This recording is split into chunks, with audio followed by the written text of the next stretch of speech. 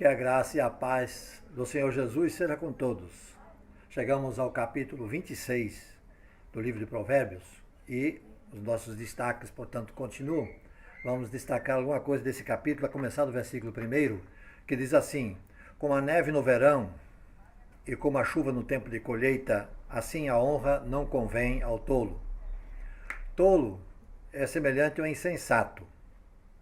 O Senhor Jesus, numa das suas palavras no Sermão do Monte, ele vai dizer que aquele que constrói a sua casa sobre areia, ele o classifica como insensato, né? Insensatez e tolice andam de mãos dadas. A neve não se apresenta no verão, é questão fora de cogitação. Chuva, quando os campos estão prontos para a ceifa, para a colheita, ela é inapropriada. Não é bom que chova, não é bem-vinda. Deixa qualquer produtor rural em grandes apuros se ocorrer um período prolongado de chuva quando a colheita está madura, quando a produção está madura. Lembro de um caso onde um produtor rural se suicidou por conta disso. A sua colheita estava toda madura, pronta para colher, e deu um período de chuva longo e a colheita se perdeu toda. Ele havia assumido muitos compromissos financeiros e o somatório de toda essa situação, chuva em excesso, colheita perdida, compromissos batendo a porta, ele tirou a própria vida em função disso. Como a neve não cai no verão e a chuva em tempo de colheita é inapropriada, assim a honra não cai bem ao tolo. Versículos 4 e 5. Não respondas a um insensato de acordo com a sua insensatez, para que não seja semelhante a ele. Responde ao insensato segundo merece a sua insensatez, para que não seja sábio aos seus próprios olhos. Parece que Salomão estaria aí meio confuso. Está ele trazendo aqui uma contradição? Num primeiro momento, pode até parecer que sim, mas na verdade não é isso que ocorre. O que significa ser sábio aos próprios olhos? O grande obstáculo para buscar a verdadeira sabedoria é o pensamento de que já atingimos um nível satisfatório de sabedoria. Em Provérbios 3,7, Salomão emprega toda a sua autoridade e toda a sua eloquência a fim de nos exortar a buscar sabedoria, mas de forma alguma ele vai dizer que devemos ser sábios aos próprios olhos, aos nossos próprios olhos. E sim, exatamente o contrário disso. Vejamos o que ele diz: não sejas sábio aos teus próprios olhos, teme ao Senhor e desvia-te do mal. A sabedoria deve vir da fonte.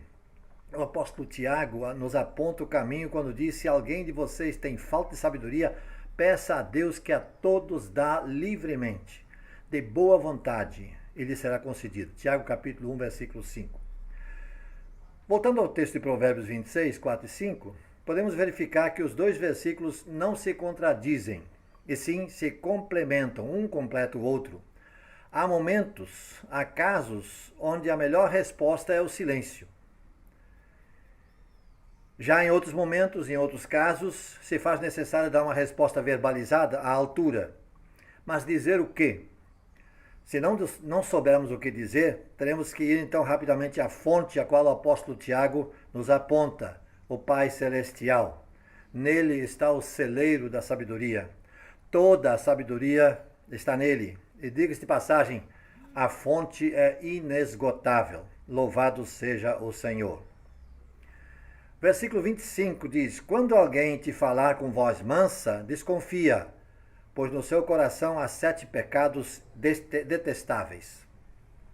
Esse versículo poderia ser parafraseado e ficaria mais ou menos assim: embora a sua conversa seja mansa, não acredite, pois seu coração está cheio de maldade. Ao que tudo indica, o pano de fundo deste versículo é o versículo anterior, que diz: aquele que odeia dissimula com os lábios, mas no seu interior acumula enganos. Dissimular significa ocultar, cobrir, disfarçar, esconder, mascarar, por aí. Todo cuidado é pouco para com os espertos, aqueles com quem nós não temos muita intimidade, aqueles que nós não conhecemos muito bem. Cuidado com eles. Que Deus nos livre e guarde dos dissimuladores. que Deus nos guarde mais ainda de sermos nós dissimuladores, mas que a nossa palavra seja sempre aquela ensinada por Jesus. Que o vosso falar seja sim, sim, não, não. Que seja afastado de nós tudo que é de procedência maligna. Que a nossa vida seja uma vida pautada nos princípios da palavra de Deus e para sermos para a honra e glória do Senhor nesta vida enquanto aqui vivemos. A Ele, portanto, toda a glória, toda a honra e todo o louvor. Obrigado, Pai Celeste, porque a Tua palavra é clara e nos ensina com toda a clareza. Ajude-nos, ó Deus, a assimilarmos, a entendermos, a compreendermos os Teus ensinos. E não somente isso, mas a colocarmos em prática no nosso viver no dia a dia. Para a honra e glória do Teu nome, em nome de Jesus. Amém.